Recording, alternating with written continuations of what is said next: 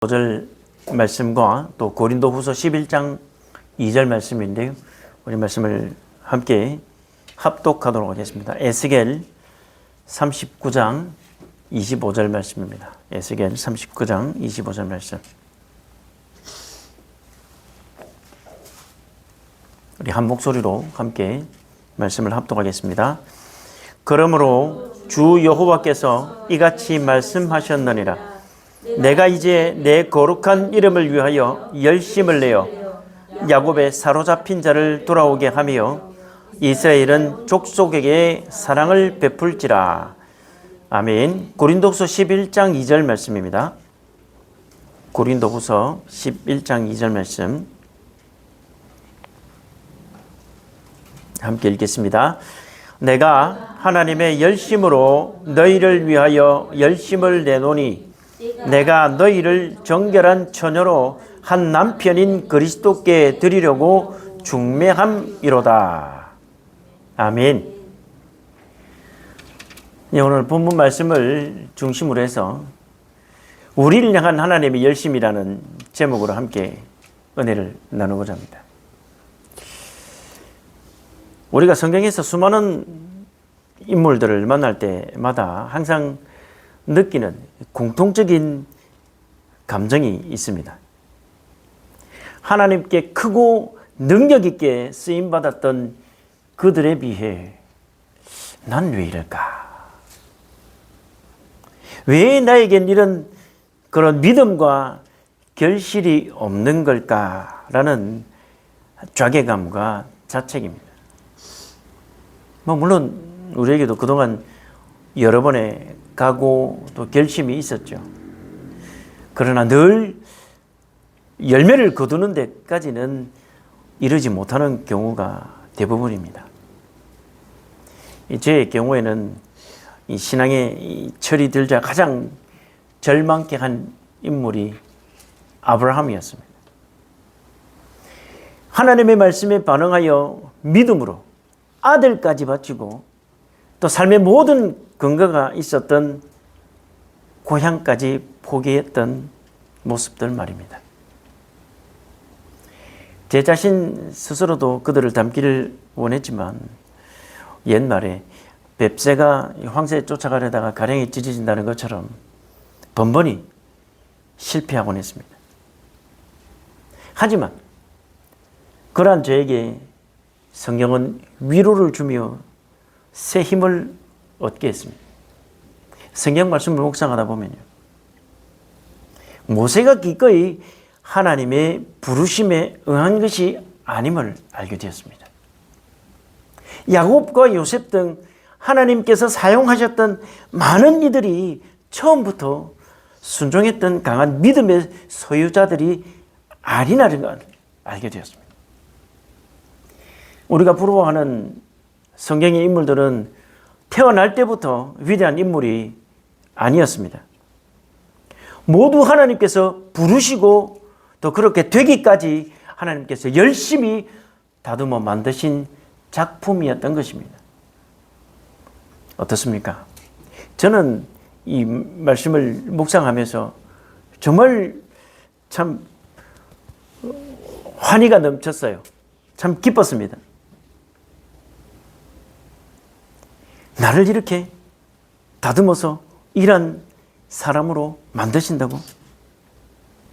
어떻습니까? 참된 자유함과 그런 감사와 감격이 있지 않습니까? 그리고 하나님께 내 삶을 감히 맡길 수 있게 되겠다고 결단하게 되지 않습니까? 나같이 연약하고 부족한 자도 하나님의 열심으로 이 위대한 믿음의 반열에 서게 하실 것이라는 소망, 꿈이 생기지 않습니까?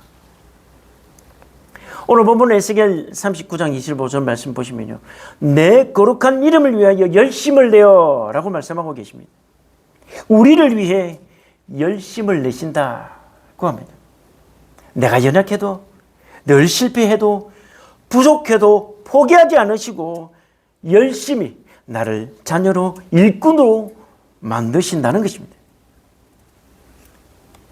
감사하지 않습니까? 스바냐 3장 17절 말씀에서도 너의 하나님 여호와가 너의 가운데 계시니 그는 구원을 베푸실 전능자이시라. 그가 너로 말미암아 기쁨을 이기지 못하게 너를 잠잠히 사랑하시며 너로 말미암아 즐거이 부르며 기뻐하시리라 하리라고 말씀하고 계십니다. 하나님께서 우리에게 먼저 무엇인가 받기를 원하지 않으십니다. 내가 하나님을 위해 아무것도 하지 못해도 나의 모습, 우리의 모습, 있는 그대로의 우리의 모습, 존재 자체를 기뻐하십니다. 이 시대, 이 시간 하나님께서 우리를 붙드시고 끝까지 포기하지 않으시고 우리를 만드시는 하나님의 열심이 여기 있습니다. 이 하나님의 열심에 대해 응답하고 순종하면 능력 있는 삶이 됩니다. 이 하나님의 열심에 우리가 어떻게 응답해야 할까요? 먼저 우리는 하나님의 부르심에 대한 응답과 결단이 필요합니다. 하나님께서 사람들을 부르실 때에는 부르심에 분명한 목적이 있습니다. 예를 들면 아브라함은 복의 근원으로, 또 모세는 이스라엘의 해방과 구원을 위해서, 또 요셉은 고난을 통해서 민족의 기근에 대비하게 해주셨죠. 출애굽기 3장 5절에서 10절을 보시면요, 하나님께서 모세를 부르시는 장면이 나옵니다. 먼저 모세의 이름을 부르시죠. 거기는 거룩한 곳이니 발에서 신을 벗으라고 말씀하십니다. 그 후에 하나님께서 자신을 소개하시고 또 이스라엘의 부르짖음을 기억하고 계신 것과 그들을 구원하여서 가나안 땅으로 인도하실 계획에 대해 말씀을 하십니다. 먼저 하나님께서는 모세의 이름을 2번이나 반복해서 부르십니다. 이것은 실수가 아니라 목적이 있어서 하나님의 뜻을 위한 부르심이었습니다. 오늘 저와 여러분을 향한 하나님의 2가지 부르심이 있습니다. 하나는 우리를 죄에서 구원하시는 부르심이고요.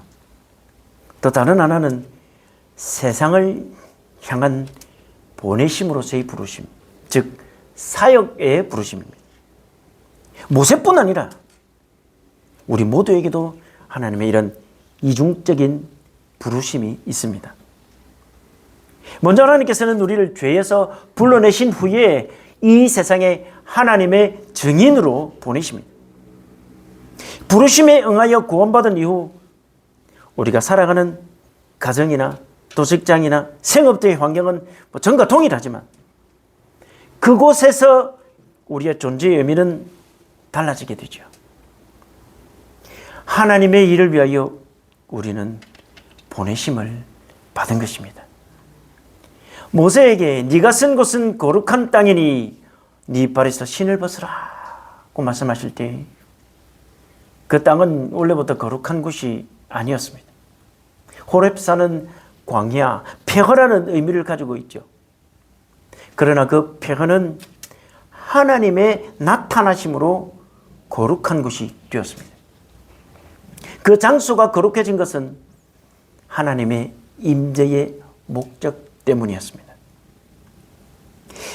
우리의 삶의 상황이 참 호렙과 같은 폐허와 광야와 같은 곳이라도 하나님이 함께 하시면 그 자리는 거룩하게 변합니다. 신을 벗으라 하실 때에 신은 자기의 권리나 주장을 의미하죠. 자신이 주인 되는 삶에서 이제는 어떻게 해요? 하나님께 의지하는 삶을 살라는 것입니다. 내 삶의 주인이 하나님임을 인정하라 하는 것입니다. 사랑하는 여러분은 어떻게 살기를 원하십니까? 비전이 무엇입니까? 세상 많은 사람들이 삶의 계획 안에 하나님과 이웃에 대한 고려는 전혀 없이 자기만을 위해 무섭게 살아가고 있습니다. 하나님께서 모세를 부르셨을 때 엄청난 하나님의 계획에 대해 모세는 내가 누구이기에 라며 회피를 했죠. 왜 그렇습니까? 삶의 기준이 누구에게요? 자신에게 있었기 때문입니다. 삶 가운데 여러분 한 사람 한 사람을 향한 구체적인 하나님의 계획하심이 있습니다. 어떤 일이든 분명한 목표와 사명을 가지고 있는 사람은 방황하거나 시간을 허비하지 않습니다. 사도 바울은 예수님을 만난 후 내가 무엇을 하여야 하리까? 내가 무엇을 하여야 하리까? 라고 물었습니다. 이것이 우리의 평생 화두가 되어야 합니다. 왜 나를 부르셨습니까? 나를 통해 어떤 일을 이루시고자 하십니까? 라고 물을 때 우리는 힘을 낭비하지 않게 됩니다. 이 땅을 살아갈 때에 받은 달란트로 방탕하게 지내는 사람, 또 그리고 받은 달란트로 열매를 만드는 사람, 두 종류의 사람이 있죠. 하나님의 자녀는 은사를 자랑하는 자가 아니라 은사를 사명에 투자하는 존재임을 잊지 말고 하나님의 부르심에 응답하시기 바랍니다. 둘째로 우리가 부르심에 응답한 후에는 성령의 인도하심을 받는 것이 필요하며 중요합니다. 사도행전 2장 38절 말씀에 베드로가 이르되 너희가 회개하여 각각 예수 그리스도의 이름으로 세례를 받고 죄의 사함을 받으라. 그리하면 성령의 선물을 받으리니.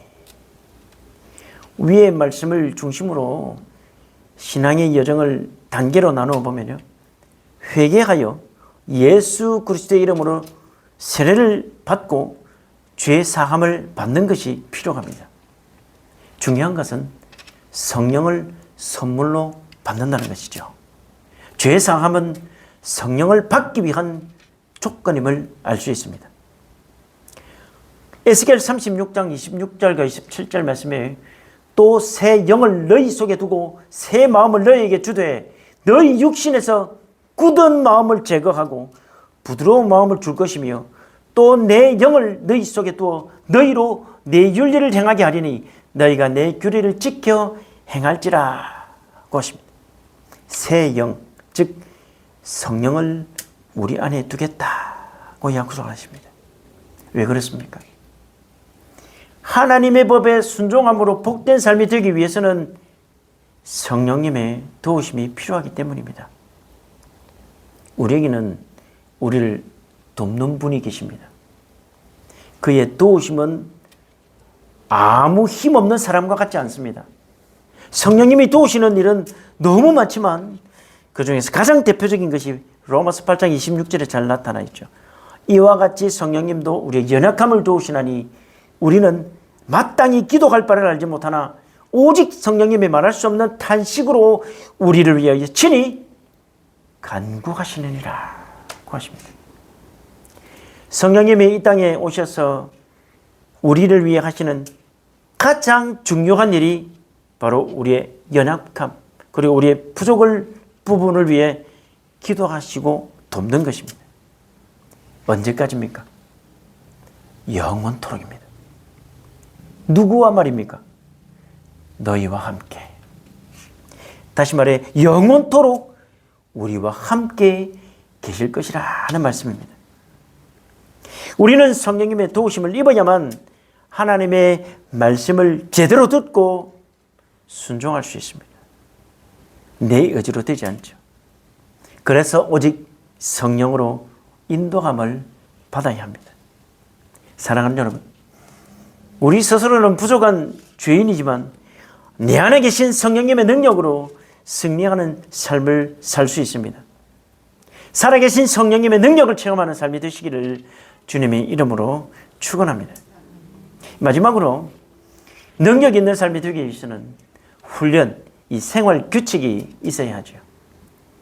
우리 삶 가운데 물풀이 많은 곳을 지날 때, 또 평안하고 어려움이 있을 때는, 없을 때는 뭐 재미있고 낙심이 없습니다. 뭐 그때는 뭐 특별한 그런 규칙이 없어도 성경 말씀을 묵상하고요. 또 봉사도 열심히 하고 기도도 할 수 있습니다. 그러나 이 광야와 같은 그런 힘든 시간을 지낼 때 훈련이 되지 않은 사람은 쓰러지게 됩니다. 우리가 성숙한 복된 신앙인이 되지 못하는 이유는 무엇입니까? 이런 문제에 낙심하여 늘 포기하고 그만두기 때문입니다. 부활의 영광을 위해 십자가를 통과해야 하는데 복된 삶을 위해서는 반드시 광야를 통과해야 합니다. 광야는 어떤 것입니까? 물이 부족하고요. 돌이 많고요. 위험이 많아서 살기가 힘든 것입니다. 그러나 광야는 우리의 삶에 있어서 고난을 통해 다듬어지고 쓰임받도록 변화하는 필수적인 것이죠. 광야에서 승리하는 복된 삶을 살기 위해 어떤 준비가 필요할까요? 건강한 몸을 위해서는 규칙적으로 먹는 것, 밥이 필요합니다. 그리고 운동, 그리고 호흡과 수면, 또 배설도 필요하죠. 이런 영적인 건강을 위해서도 이러한 것들이 필요합니다. 즉 규칙적인 경건의 훈련이 필요하다는 사실을 꼭 기억하시길 바랍니다. 그럼 밥이 뭘까요? 잘 아시죠? 그것은 하나님의 말씀, 성경이라 말씀을 할 수 있습니다. 건강을 위해 밥을 매일 규칙적으로 편식하지 아니하고 적당한 양을 먹는 것처럼 우리는 말씀을 매일 적당하게 규칙적으로 읽고 묵상하는 것이 필요합니다. 밥을 먹지 않으면 당장은 죽지는 않지만 힘이 없고 의욕이 떨어집니다. 마찬가지로 우리의 신앙이 쉽게 넘어지는 이유는 밥이 부족했습니다.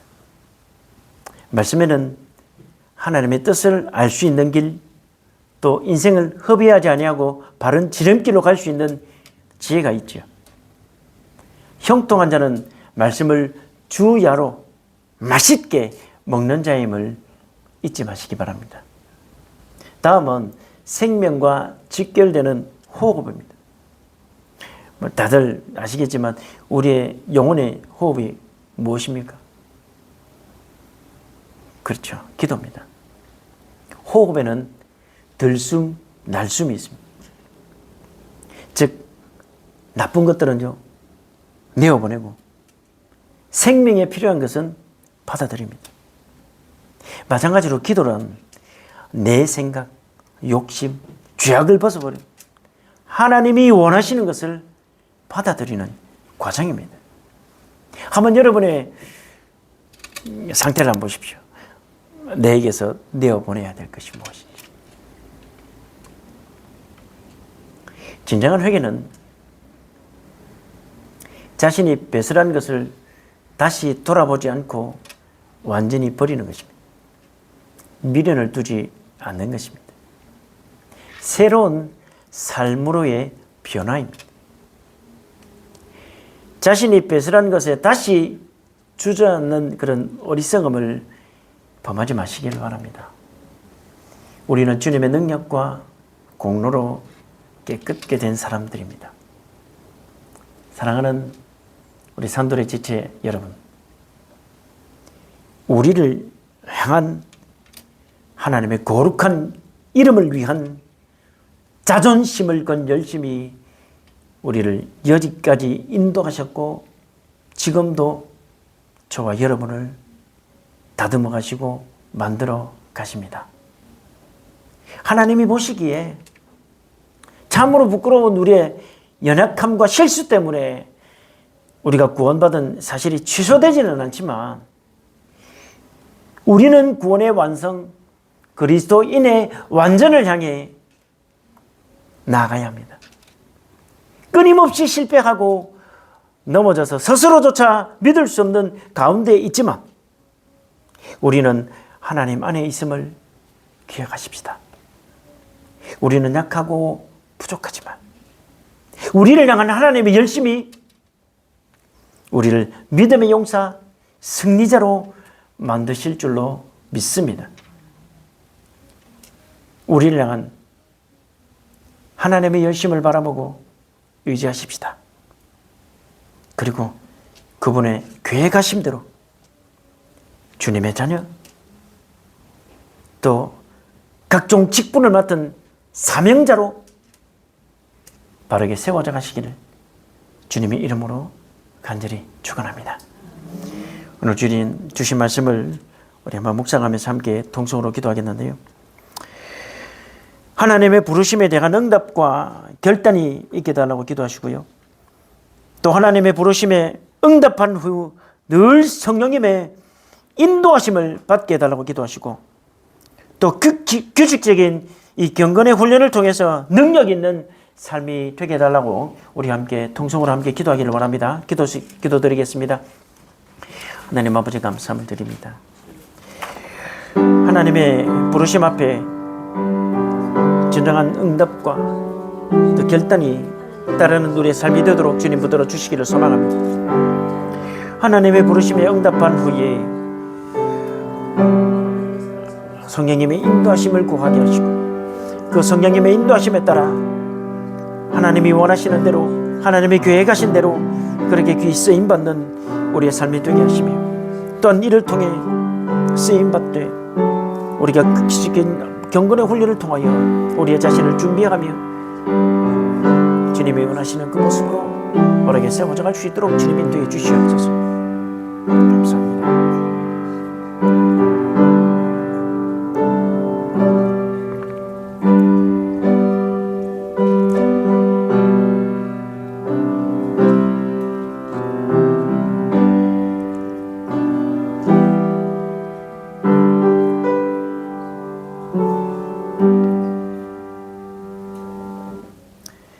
아버지여, 오늘 하루도 자신을 살피는 일을 게을리하지 않게 도와주시옵소서.